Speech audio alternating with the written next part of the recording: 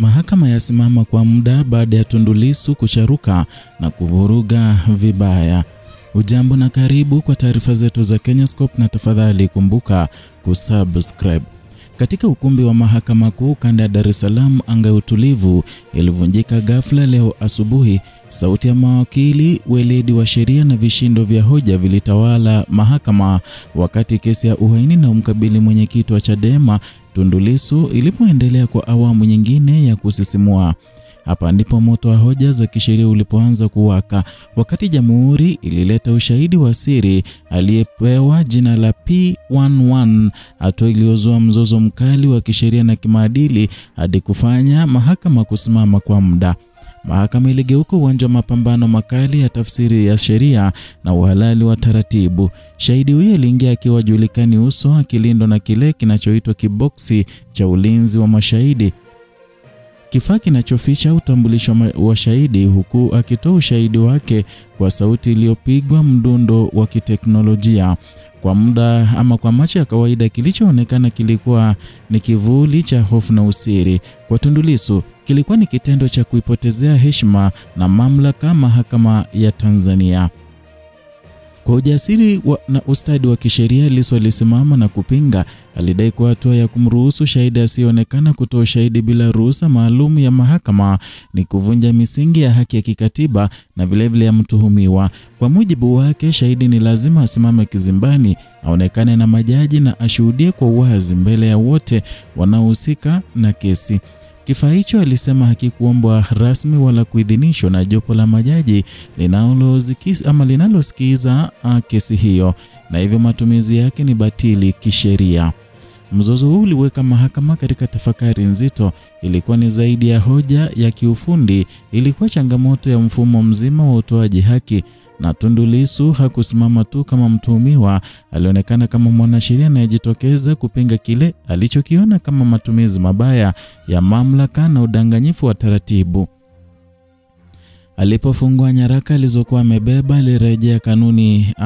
alirejelea kanuni za ulinzi wa mashahidi wa mwaka 2025, miongozo mipya iliyotungwa na serikali kwa lengo la kulinda mashahidi wanaohusishwa na kesi nyeti.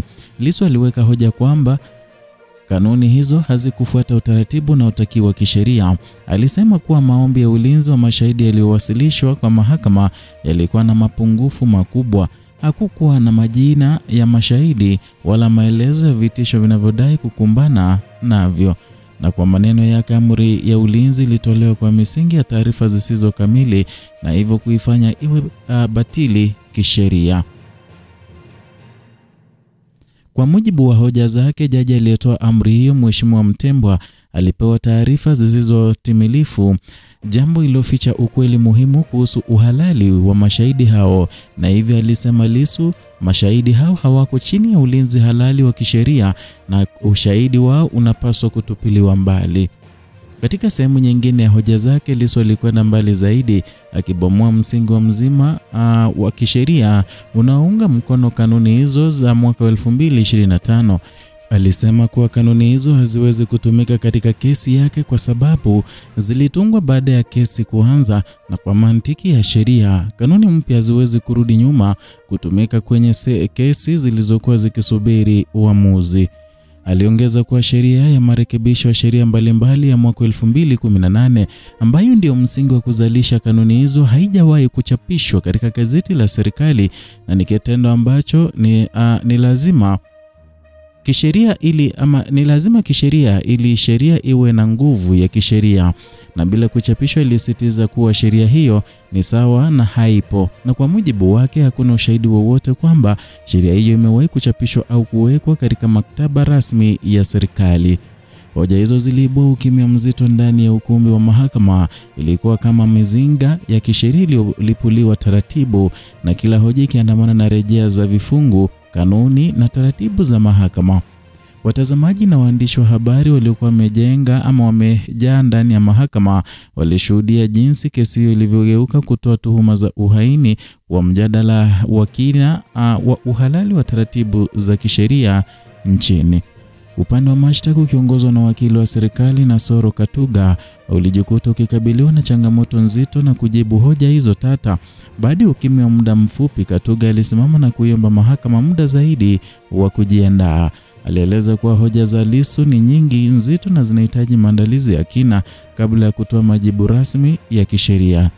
Mahakama ikiongozwa na jopo la majaji watatu ilikubaliana na ombi hilo, na kwa utulivu jaji alitangaza kuwa kesi hiyo imeahirishwa hadi tarehe itakayopangwa baadaye na notisi ya usikilizwaji mpya itatolewa rasmi. Lakini nyuma ya ukimya wa mahakama, ujumbe wa siku hiyo ulikuwa umeshaandikwa kwenye historia ya kesi hiyo.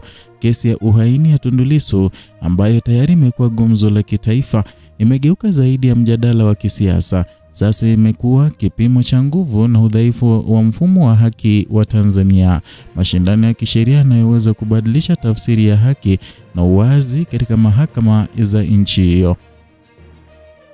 Na katika miaka ya karibuni, kesi za kisiasa zimekuwa zikivuta hisia za umma kutokana na mvutano kati ya serikali na upinzani. Lakini kesi ya Lissu imekuwa tofauti. Hapa si tu swala la siasa, bali ni changamoto kwa kanuni za utawala wa sheria, na hoja kuhusu kiboksi cha ulinzi wa mashahidi imefungua mjadala mpana kuhusu usawa kati ya haki na mtuhumiwa na usalama wa mashahidi. Wapo wanaona kuwa ulinzi wa mashahidi ni msingi wa usalama wa taifa, lakini pia kuna hoja kuwa hata kama hiyo inaweza kutumika vibaya kuficha udhaifu wa kesi au kukiuka haki za msingi ni kujitetea. Tundu Lissu, ambaye kwa miaka mingi amejitokeza kama sauti ya kupigania uwazi na uwajibikaji wa serikali, anaonekana kuendelea kutumia kesi hii kama jukwaa la kuibua mapungufu ya kisheria, na kesi imekuwa sehemu ya historia ndefu ya mapambano yake, kutoka majaribio ya maisha yake, uhamisho wa muda mrefu hadi kurejea kwake nchini akiwa tayari kukabiliana na mfumo anaouona kama kandamizi. Na kwa upande mwingine, jamhuri inabaki katika nafasi nyeti. Ikiwa upande wa mashtaka utashinda kudhibitisha uhalali wa mashahidi wake na taratibu ulizotumia, basi athari zake zinaweza kuvuka mipaka ya kesi moja tu. Zitaweka kumbukumbu kuhusu jinsi mamlaka za serikali zinavyopaswa kutekeleza kanuni za ulinzi na mashahidi wa kufuata utaratibu wa kisheria. Kwa sasa macho ya Watanzania na jumuiya ya kimataifa yanabaki yamelenga katika mahakama kuu ya Dar es Salaam, wakisubiri tarehe mpya ya kuendelea kwa kesi hiyo, na kila upande unajiandaa kwa raundi inayofuata ya hoja, huku mvutano kati ya usiri na uwazi ukizidi kupamba moto. Kwa mtazamo mpana, kile kinachoendelea katika kesi hii kinazidi kuibua maswali magumu kuhusu mfumo wa utoaji haki nchini Tanzania. Na je, haki inaweza kutolewa kwa njia ya siri?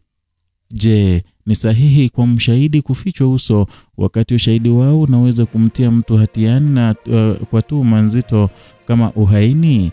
Na je, kanuni ambazo hazijachapishwa rasmi zinaweza kuwa na nguvu ya kisheria? Maswali hayo yanabaki hewani yakisubiri majibu kutoka kwenye uamuzi wa mahakama kuu. Lakini moja ni wazi, kesi hii imekuwa zaidi ya mapambano ya mtu mmoja dhidi ya serikali.